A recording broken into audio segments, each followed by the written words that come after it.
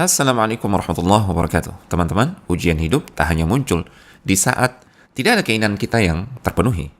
Namun ujian hidup boleh jadi muncul di saat semua yang kita dambakan terwujudkan. Ujian hidup tidak hanya di saat kita hidup susah dan sempit. Ujian hidup yang sesungguhnya boleh jadi datang saat kita hidup mewah, senang, dan lapang. Ada kisah yang menarik tentang hal ini. Seperti apa kisahnya? Yuk kita simak epic story berikut ini.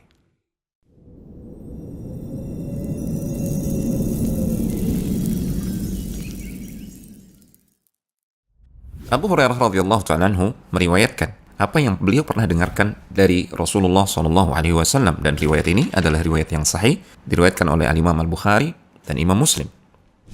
Inna thalathatan fi Bani Israel abrasa wa aqra'a wa a'ma. Ada 3 orang dari kalangan Bani Israel, salah satu di antara mereka berpenyakit kulit, penyakit kusta. Satunya lagi tidak memiliki rambut, kepalanya pelontos alias botak. Dan yang satu lagi diuji dengan kehilangan penglihatan, dia buta. فأراد الله أن يبتليهم فبعث إليهم ملكا فأتى الأبرص فقال أي شيء أحب إليك. Allah Subhanahu wa Ta'ala ingin menguji mereka semua. Maka Allah Subhanahu wa Ta'ala mengutus seorang malaikat yang menjelma. Kemudian malaikat ini pertama kali mendatangi laki-laki yang berpenyakit kulit. Lantas malaikat tersebut mengatakan, apa yang paling engkau dambakan? Apa yang engkau inginkan? Maka laki-laki tersebut menjawab, launun hasan wa jildun hasan wa yadhhabu anni alladhi qad qadhirani an-nas. Aku ingin warna kulit yang indah, kulit yang mulus, dan agar penyakit kulitku ini yang menjadikan manusia jijik kepadaku hilang. Famasahahu fadhahaba anhu qadaruhu wa u'tiya launan hasana wa jildan hasana. Maka malaikat tersebut mengusap laki-laki ini. Tiba-tiba penyakitnya hilang dan dia diberikan kulit yang indah dan mulus. Malaikat ini kembali bertanya, fa ayyul mali ahabbu ilaik? Harta apa yang paling engkau cintai, yang paling engkau inginkan? Laki-laki ini menjawab, qala al-ibil, aku ingin unta. Fa'utiya naqatan usyara, faqala barakallahu laka fiha. Maka malaikat ini memberikan seekor unta yang sedang hamil. Kemudian malaikat ini mengatakan, semoga Allah Subhanahu wa Ta'ala memberkahi untukmu unta ini. Fa'atal aqra'a faqala ayyu syai'in ahabbu ilaik. Kemudian malaikat ini mendatangi laki-laki yang kehilangan rambutnya, yang kepalanya pelontos. Kemudian malaikat ini mengatakan, apa yang paling engkau inginkan dan dambakan? Qala sya'run hasan wa yadhhabu anni hadha alladhi qadhirani an-nas. Laki-laki itu menjawab, aku ingin rambut yang indah, sehingga aibku ini hilang. Dan aku ingin kebotakanku ini yang menjadikan manusia menjauhi diriku, hilang dari diriku. Famasahahu fadhahaba anhu wa u'tiya sya'ran hasana. Malaikat ini mengusap kepala laki-laki tersebut, maka tiba-tiba tumbuhlah rambutnya dan dia diberikan rambut yang sangat indah sekali. Lantas malaikat ini kembali bertanya, fa ayyul mali ahabbu ilaik? Apa harta yang paling engkau senangi? Laki-laki itu menjawab, al-baqar, sapi, aku ingin sapi. Fa utiya baqaratan hamila, faqala barakallahu laka fiha. Maka laki-laki tersebut diberikan seekor sapi betina yang sedang hamil. Kemudian malaikat ini mendoakan, semoga Allah Subhanahu wa Ta'ala memberikan keberkahan pada sapi ini untukmu. Fa'atal a'ma faqala ayyu syai'in ahabbu ilaik. Setelah itu, malaikat ini mendatangi laki-laki yang buta. Lantas dia bertanya, apa yang paling engkau inginkan dan dambakan? Qala an yaruddallahu ilayya basari fa ubsira bihin nas. Laki-laki yang buta ini menjawab, aku ingin Allah Subhanahu wa Ta'ala mengembalikan penglihatanku sehingga aku bisa melihat orang lain. Famasahahu faraddallahu ilayhi basarahu. Maka malaikat ini mengusap mata laki-laki tersebut. Lantas Allah Subhanahu wa Ta'ala mengembalikan penglihatannya ketika itu juga. Qala fa ayyul mal ahabbu ilaik? Malaikat ini kembali bertanya, apa harta yang paling engkau cintai? Qala al-ghanam. Laki-laki tersebut menjawab, aku suka kambing. Fa utiya syatan walida. Maka dia diberikan seekor kambing yang sedang hamil juga.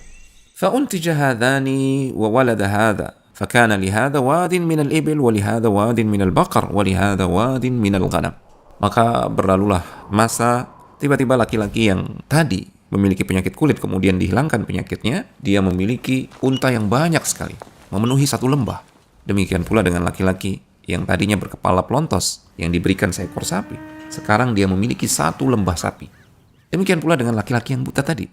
Sekarang dia memiliki satu lembah semuanya berisi kambing. Allah Subhanahu wa Ta'ala benar-benar memberikan keberkahan kepada binatang ternak mereka. Nah, sekarang teman-teman, tibalah waktu ujian yang sesungguhnya. Tadinya mereka diuji dengan sesuatu yang menyusahkan, sesuatu yang mereka tidak sukai. Penyakit kulit, tidak memiliki rambut, dan kehilangan penglihatan. Sekarang Allah Subhanahu wa Ta'ala sudah menyembuhkan mereka semua, dan bahkan Allah Subhanahu wa Ta'ala memberikan harta yang melimpah kepada mereka.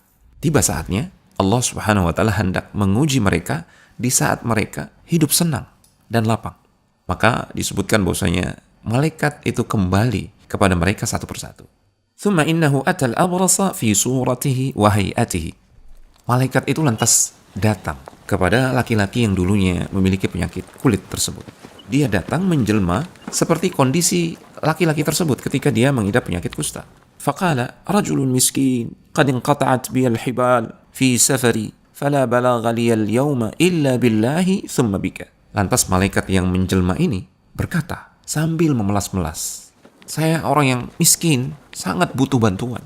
Sungguh aku sudah kehabisan bekal. Aku miskin, aku butuh bantuan. Aku kehilangan bekal untuk meneruskan perjalananku. Tidak ada yang bisa menolongku hari ini kecuali Allah Subhanahu wa Ta'ala. Kemudian engkau.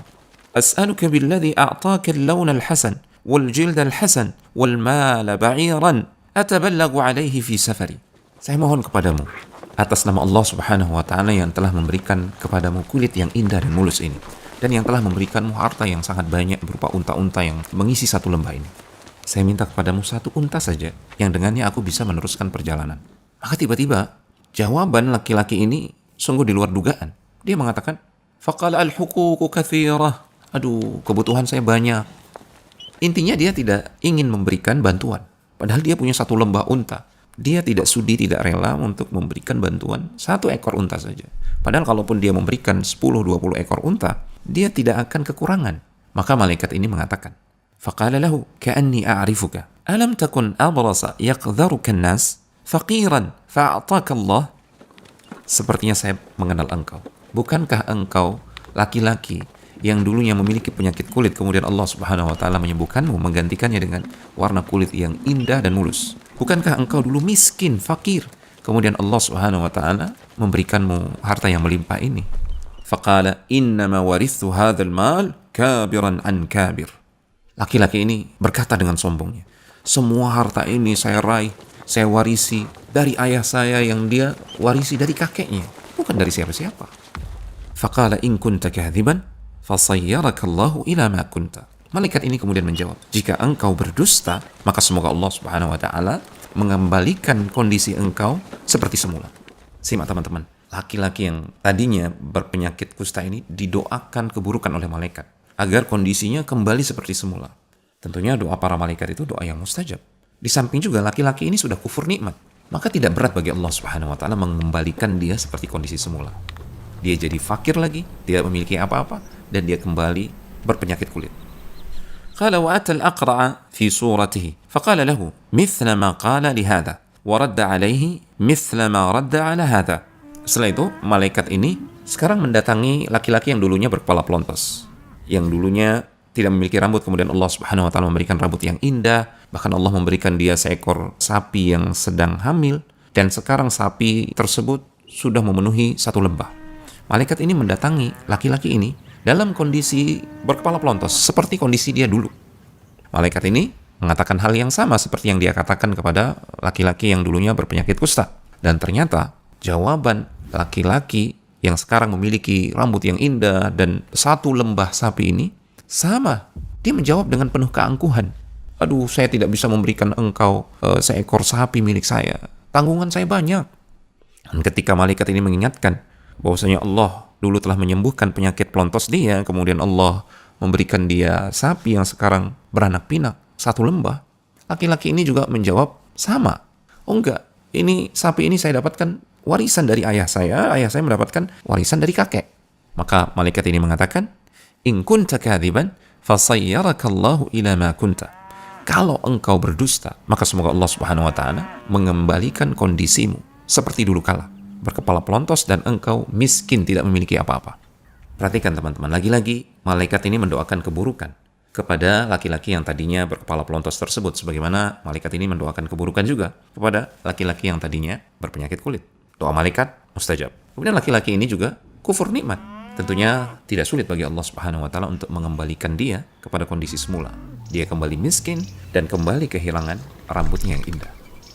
قال وأتى الأعمى في صورته وهيئته فقال رجل مسكين وابن سبيل انقطعت بي الحبال في سفري فلا بلاغ لي اليوم إلا بالله ثم بك أسألك بالذي رد عليك بصرك شاة أتبلغ بها في سفري. Kemudian malaikat ini mendatangi laki-laki yang dulunya buta. Malaikat ini datang dalam kondisi buta, dia menjelma menjadi manusia yang buta. Lalu malaikat ini mengatakan, kasihani saya miskin, saya butuh sekali pertolongan. Saya ini seorang musafir Ibnu Sabil, perbekalan saya habis untuk melanjutkan perjalanan. Saya mohon kepadamu, atas nama Allah Subhanahu wa Ta'ala yang telah mengembalikan penglihatanmu, dan atas nama Allah yang telah memberikan kepadamu harta yang banyak ini, kambing 1 lembah ini. Saya minta 1 ekor kambing saja, yang dengannya bisa menjadi bekal bagi saya untuk melanjutkan perjalanan. Sungguh, jawaban dari laki-laki yang dulunya buta ini menakjubkan sekali. قد كنت أعمى فرد الله إلي بصري فخذ ما شئت ودع ما شئت فوالله لا أجهدك اليوم شيئا أخذته لله. Laki-laki yang dulunya buta ini mengucapkan kalimat yang sangat bijak sekali kepada malaikat yang menjelma ini. Dia mengatakan, sungguh dulu aku buta, kemudian Allah Subhanahu wa Ta'ala mengembalikan untukku penglihatanku. Sekarang silakan ambil di antara kambing-kambing ini yang mana yang engkau inginkan, seberapa banyak yang engkau inginkan, dan sisakan seberapa banyak yang engkau inginkan. Silakan ambil. Demi Allah, aku tidak keberatan apa yang aku miliki diambil atas nama Allah Subhanahu wa Ta'ala. Maka malaikat ini mengatakan, amsik malak fa innama btulitum faqad radiya anka wa sakhita ala sahibaik. Tidak, saya tidak butuh kambingmu. Silakan jaga dan miliki kambingmu. Saya hanya utusan Allah Subhanahu wa Ta'ala yang diutus untuk menguji kalian, dan sungguh Allah telah ridho kepadamu dan dia murka kepada 2 temanmu, laki-laki yang dulunya berpenyakit kulit dan laki-laki yang dulunya berkepala pelontos. Perhatikan teman-teman, laki-laki yang buta ini ternyata dia laki-laki yang bersyukur. Dia mengingat Allah Subhanahu wa Ta'ala dan mengingat bahwasanya Allah yang telah memberikan semua nikmat yang ada pada dirinya. Maka Allah Subhanahu wa Ta'ala tidak mencabut nikmat tersebut. Justru Allah Subhanahu wa Ta'ala menambahkan nikmat untuknya. Allah tidak menjadikan laki-laki yang tadinya buta ini seperti kedua temannya. Teman-teman, demikianlah kisahnya, kisah dari Rasulullah SAW sendiri yang menceritakannya kepada para sahabat. Kisah yang diriwayatkan dengan sahih oleh Imam Al-Bukhari dan Imam Muslim dalam kitab sahih keduanya. Ada banyak sekali faidah dan pelajaran berharga dari kisah ini. Yang pertama, kita manusia sering lupa akan nikmat Allah Subhanahu wa Ta'ala. Untuk itu, kita harus sering mengingat-ingat nikmat Allah Subhanahu wa Ta'ala. Kita harus sering menyebut-nyebutnya agar kita tidak melupakannya. Jangan sampai kita diingatkan oleh Allah Subhanahu wa Ta'ala ketika nikmat tersebut dicabut atau ketika kita ditimpa musibah. Allah Ta'ala berfirman, "Wa amma bi ni'mati rabbika fahaddits." Adapun nikmat-nikmat Rabbmu, maka seringlah untuk menyebut-nyebutnya agar kalian senantiasa mengingatnya. Sebut-sebut nikmat tersebut dalam rangka memuji Allah Subhanahu wa Ta'ala. Dengan demikian, Allah Subhanahu wa Ta'ala tidak akan mencabut nikmat tersebut. Dzalika bi anna Allah lam yakun mughayyiran ni'matan an'amaha 'ala qaumin hatta yughayyiru ma bi anfusihim. Allah sebenarnya tidak akan mencabut nikmat yang sudah Allah berikan kecuali jika suatu kaum berubah. Yang tadinya taat kemudian mereka bermaksiat, yang tadinya mereka senantiasa mengingat Allah kemudian mereka melupakan Allah Subhanahu wa Ta'ala. Maka Allah akan mencabut nikmat yang Allah telah turunkan kepada mereka. Pelajaran yang kedua, di antara bentuk kufur nikmat adalah dengan menyandarkan nikmat yang Allah berikan kepada selain Allah Subhanahu wa Ta'ala. Dalam kisah ini, perhatikan, laki-laki yang tadinya berpenyakit kulit, laki-laki yang tadinya berkepala pelontos, dia berdusta, tidak mau mengakui bahwasanya apa yang dia raih berupa nikmat itu berasal dari Allah. Dia mengatakan, oh tidak, ini warisan dari ayah saya, warisan dari kakek saya. Dia menyandarkan nikmat itu kepada selain Allah Subhanahu wa Ta'ala, dan ini termasuk kufur nikmat. Na'udzubillah. Termasuk dalam hal ini teman-teman, ketika kita menyandarkan nikmat tersebut pada diri kita sendiri. Nikmat tersebut, rezeki tersebut, atau harta tersebut kita raih, kita merasa kita mendapatkannya karena kehebatan kita, karena kepintaran kita. Seperti ucapan Qarun yang diabadikan Al-Quran. Innama utituhu ala ilmin indi.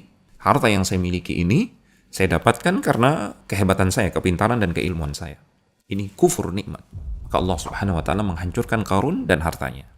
Berbeda halnya dengan seorang mukmin sejati. Dia senantiasa menyandarkan semua nikmat itu datang dari Allah Subhanahu wa Ta'ala. Nabi Sulaiman alaihissalam misalkan, beliau seorang nabi. Beliau juga seorang penguasa, seorang raja yang memiliki kekayaan yang luar biasa. Namun beliau tidak sombong sedikit pun. Beliau justru mengatakan, sebagaimana diabadikan oleh Al-Quran, "Hadza min fadli Rabbi." Semua ini adalah bentuk anugerah dari Rabbku. Kemudian pelajaran yang ketiga, orang yang paling pandai bersyukur kepada Allah Subhanahu wa taala adalah orang yang paling banyak mengingat nikmat-nikmat Allah dan kebaikan-kebaikan Allah untuk dirinya. Rasulullah SAW adalah orang yang paling banyak mengingat Allah, maka beliau menjadi hamba Allah sekaligus Rasulnya yang paling bersyukur. Afala akunu abdan syakura. Ini sabda Rasul, ya, beliau mengatakan, tidakkah aku menjadi hamba yang bersyukur? Dan itu beliau wujudkan dengan sholat malam yang sangat panjang sekali. Nabi Yusuf alaihissalam misalkan, beliau tidak lupa bersyukur kepada Allah Subhanahu wa taala karena beliau senantiasa mengingat Allah Subhanahu wa taala. Beliau mengingat Allah ketika beliau diuji oleh seorang wanita. Beliau mengingat Allah Subhanahu wa taala ketika beliau berada di dalam penjara. Maka ketika beliau berada pada posisi jabatan yang tinggi, beliau tidak lupa kepada Allah Subhanahu wa taala untuk bersyukur. Beliau mengatakan, "Waqad ahsana bi idz akhrajani minas sijni wa jaa'a bikum minal badwi." Sungguh Allah Subhanahu wa taala sudah berbuat baik kepadaku. Dia telah mengeluarkan aku dari penjara dan sekarang dia telah mendatangkan kalian semua, ayahku, orang tuaku dan keluargaku kepadaku. Pelajaran yang keempat, sebagian manusia, mereka saking cintanya kepada harta, mereka tidak mau menggunakan hartanya untuk ketaatan kepada Allah Subhanahu wa taala. Justru harta yang melimpah tersebut menjadikan mereka melampaui batas dan berbuat kemaksiatan. Maka jangan kita menjadi tipe manusia yang seperti itu. Allah Subhanahu wa taala mengecam orang-orang yang begitu cinta kepada harta dunia yang mana Allah sifatkan mereka, "Kalla bal la tukrimuna al-yatim." Sekali-kali tidak. Justru kalian tidak memuliakan anak-anak yatim. "Wala tahaduna 'ala ta'amil miskin." Dan kalian tidak memotivasi untuk memberikan makan kepada orang-orang yang miskin. Saking bakhilnya kalian, saking cintanya kalian kepada harta, apalagi memberikan makan kepada fakir miskin. Mengajak orang lain untuk memberikan makan kepada fakir miskin saja kalian tidak sudi. Wa ta'kuluna turatha aklan lamma. Dan kalian memakan harta warisan dengan cara yang batil. Kalian mencampur adukkan antara yang haram dan yang halal terkait harta warisan. Kenapa itu semua? Wa tuhibbunal mala hubban jamma. Karena kalian sangat mencintai harta dengan kecintaan yang berlebih-lebihan. Kemudian pelajaran yang kelima, teman-teman, Allah Subhanahu wa taala akan melanggengkan nikmat kepada hamba-hambanya yang pandai bersyukur. Bukan hanya itu, bahkan Allah Subhanahu wa taala menjanjikan akan menambahkan nikmat tersebut. Wa idz ta'adzana rabbukum la in syakartum la azidannakum wa la in kafartum inna 'adzabi lasyadid.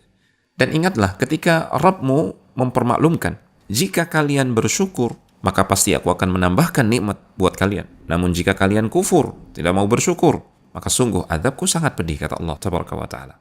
Nah, teman-teman, demikianlah epic story kita kali ini. Semoga Allah Subhanahu wa taala memberikan tambahan ilmu yang bermanfaat dan pelajaran berharga bagi kita semua. Dan yang terakhir, inti dari kisah ini adalah yang terpenting bagi kita bukanlah keinginan kita terpenuhi atau tidak, namun bagaimana kita bisa selalu bersyukur kepada Allah Subhanahu wa taala di setiap keadaan, entah keinginan kita terpenuhi ataukah tidak.